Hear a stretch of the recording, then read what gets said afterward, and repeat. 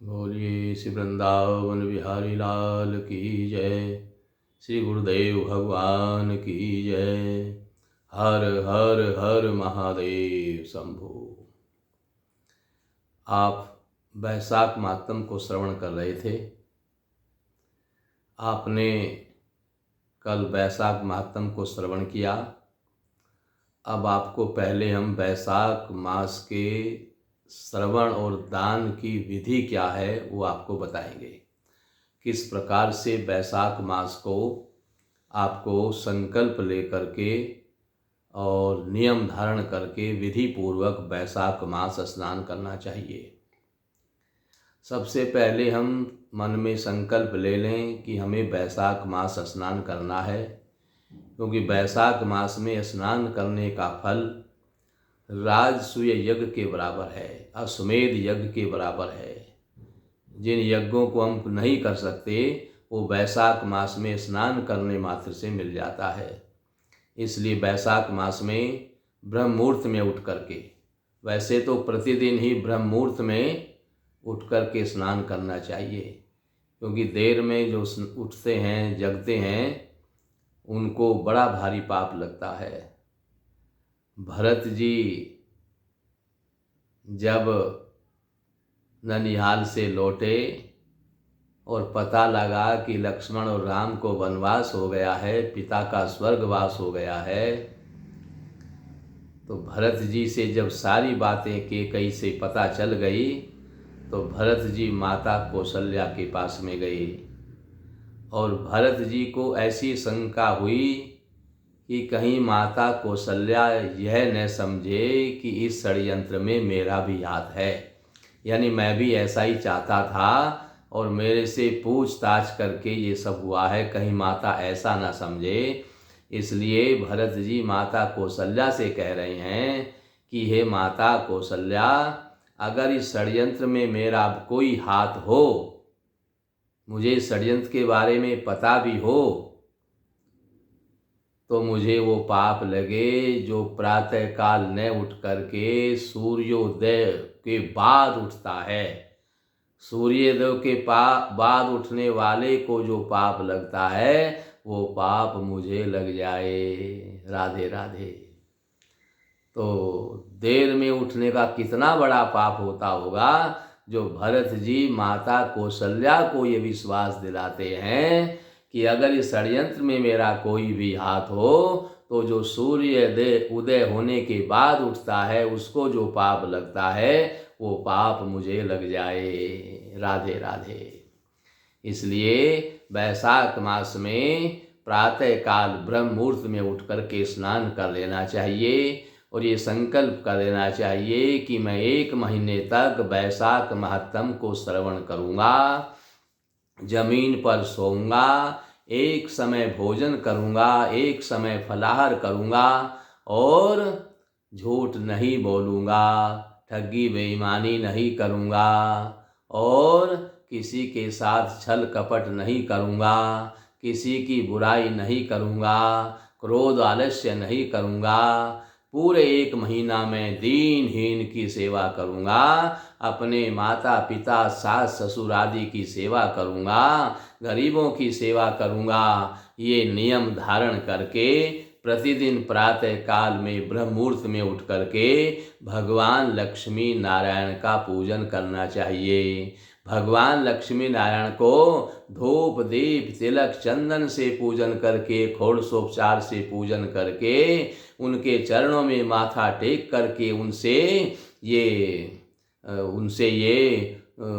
मांगे कि प्रभु मैं आपके कार्य को सफल करने में समर्थ हूँ, मुझे ऐसी शक्ति दो कि मैंने जो नियम धारण किया है मैं इसको पूरा कर सकूँ, क्योंकि अपने बल पर हम कुछ नहीं कर सकते। इसलिए लक्ष्मी नारायण भगवान के सामने ये संकल्प करें कि आप ही मेरे इस संकल्प को पूरा करेंगे, मैं आपकी शरण में हूँ और आप मेरी इसमें सहायता करें। इस प्रकार नियम धारण करके प्रतिदिन दीनहीन की सेवा करनी है, घर में सबकी सेवा करनी है, माता पिता को पीड़ा नहीं देनी है और ब्रह्म मुहूर्त में उठ करके स्नान करके ये सब काम कर लेना है। उसके बाद नारद जी कह रहे हैं, किससे? नारद जी किससे कह रहे हैं?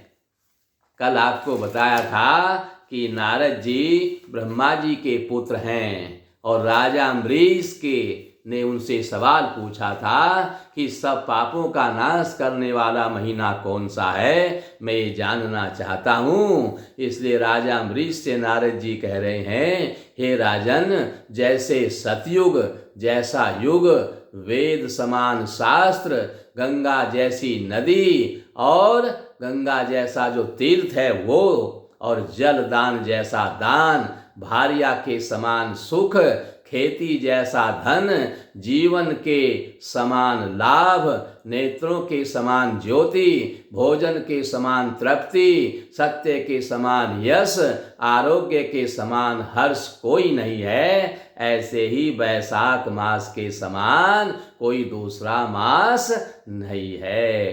ये मास भगवान को बहुत प्यारा है। इस मास को भगवान बहुत ही प्रेम करते हैं। जो इस मास को वृथा गंवा देते हैं वह धर्महीन शीघ्र पशु योनि में जाता है। संसार में अनेक प्रकार के व्रत हैं, अनेक प्रकार के तप आदि हैं जो अत्यंत कष्ट साध्य हैं और उनसे फिर जन्म लेना पड़ता है। परंतु वैशाख मास में केवल स्नान करने मात्र से, जो ब्रह्म मुहूर्त में सूर्य उदय होने से पहले ही स्नान करके भगवान लक्ष्मी नारायण का पूजन कर लेता है, वह मोक्ष को प्राप्त करता है। सब तीर्थों के स्नान का फल वैशाख मास में केवल जल दान करने से हो जाता है। जिसमें जल दान देने की भी सामर्थ्यता नहीं है वह दूसरे से जल दान दिलवावे। अपनी सामर्थ्यता नहीं है तो जिसकी सामर्थ्यता है उसको बताए कि वैशाख का महीना आ गया है, आपको जलदान करना चाहिए, तो दूसरे से करवावे। जो ऐसा करवाता है उसका भी वही फल है जो जलदान करने से मिलता है। जो पथिकों के लिए प्याऊ लगाता है और अपने कई कुलों का उद्धार कर लेता है। राधे राधे। प्याऊ लगाने से देवता, पितर तथा ऋषि अत्यंत प्रसन्नता को प्राप्त होते हैं। जो बल की इच्छा हो तो जल दान करे, जो पवन की इच्छा हो तो पंखा दान करे और वैशाख मास में करे। जो प्यासे को जल पिलाता है वह राजसूय यज्ञ के समान फल प्राप्त करता है। जो धूप और पसीने से व्याकुल ब्राह्मण की पंखे से स्वयं हवा करता है वह सब पापों से रहित हो जाता है। और वैशाख मास में जो ब्राह्मण को पंखा दान करता है उसके पंखा दान करने से उसके समस्त रोग दूर हो जाते हैं, उसके शरीर में कोई रोग नहीं रहता है। राधे राधे। और इस वैशाख मास में पंखा दान करने से वह गरुड़ के समान हो जाता है। और जो ब्राह्मण को ठंडी ठंडी हवा करता है उसके शरीर के सब रोग दूर हो जाते हैं और वह कभी नरकों में वास नहीं करता है। लेकिन सामर्थ्य होते हुए जो पंखा आदि दान नहीं करता है वह अनेक रोगों से पीड़ित रहता है और नरकों में वास करता है, वहां पर दुख भोगता है। जो थके हुए ब्राह्मण पर कपड़े से भी हवा कर देता है, किसी के पास पंखा देने की सामर्थ्य नहीं है और कपड़े से भी हवा कर देता है, वह पापहीन होकर भी भगवान की सायुज्य मुक्ति को प्राप्त करता है। और जो शुद्ध हृदय से पंखा दान करता है और जो वह सब पापों से मुक्त होकर के वैकुंठ लोक में निवास करता है, सदा भगवान का प्यारा रहता है। जो इस वैशाख मास में खड़ाऊ दान करते हैं वह यमदूतों का तिरस्कार करते हुए वैकुंठ लोक को जाते हैं। जूते का दान करने वाले को न इस संसार में कोई दुख होता है और न नरक में यातना ही भोगनी पड़ती है। राधे राधे। इस प्रकार से पंखा, एसी, कूलर दान करने का वैशाख मास में बड़ा भारी महत्व है। इसलिए इस वैशाख मास में पंखा, कूलर, एसी दान करने वाला सब रोगों से मुक्त होकर के यम की यातना को नहीं भोगता है और वैकुंठ लोक को पाता है। ब्राह्मण के याचना करने पर खड़ाऊ का दान करने वाला राजा होता है, जो मार्ग में आश्रय के लिए घर बनवा देता है कि इस मार्ग से पथिक आएंगे और यहाँ विश्राम कर लेंगे, ठंडी हवा लेंगे, जल पिएंगे, उसका फल ब्रह्मा भी वर्णन नहीं कर सकते। राधे राधे।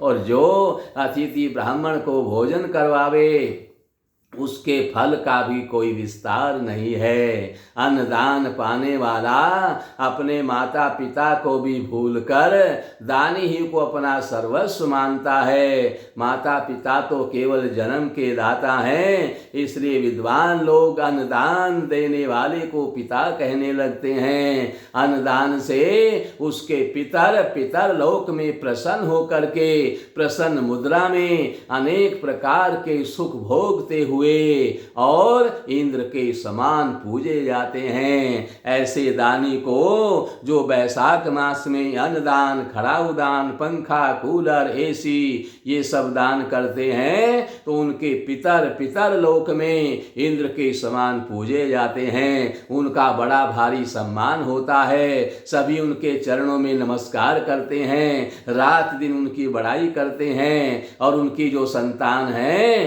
वो इस पृथ्वी पर सब प्रकार के सुख भोग करके राजा के समान जीवन व्यतीत करते हैं और भगवान के परम धाम वैकुंठ को प्राप्त करते हैं। बोलिए लक्ष्मी नारायण भगवान की जय। बोलिए वैशाख मास की जय। कर्पूर गौरम करुणावतारम संसार सारम भुजगेंद्रहारम सदा वसंतम हृदयारविंदे भवम भवानी सहितम नमामि।